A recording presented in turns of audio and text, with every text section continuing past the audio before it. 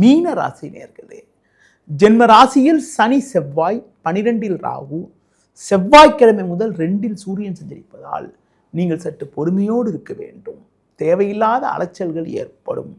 உடனிருப்பவர்களால் நிம்மதி குறைவு ஏற்படக்கூடிய ஒரு நாளாக வருகின்ற நாட்கள் இருக்கிறது. எந்த ஒரு காரியத்திலும் சற்று கவனத்தோடு இருக்க வேண்டும்.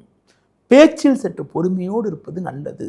தொழில் வியாபாரத்தில் பொறுமையை கடைபிடிக்க வேண்டும். பிறர் விஷயத்தில் தலையிடாமல் இருப்பது மிக மிக நல்லது. உத்தியோக ரீதியாக பார்க்கின்ற பொழுது நீங்கள் சற்று பொறுமையோடு நிதானத்தோடு இருந்தால்தான் வீண் பிரச்சனைகளை தவிர்க்க முடியும். பொதுவாக வீண் வாக்குவாதத்தை தவிர்ப்பது நல்லது.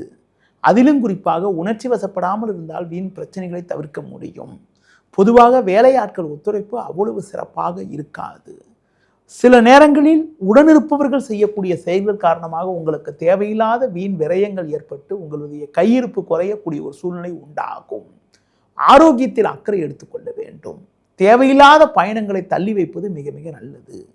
இந்த வாரத்தில் குறிப்பாக எந்த நாட்கள் சிறப்பான நாளாக இருக்கும் என பார்த்தால் 12 ஞாயிறு, 15 புதன், 16 வியாழன் ஆகிய நாட்கள் சிறப்பான நாளாக இருக்கும்.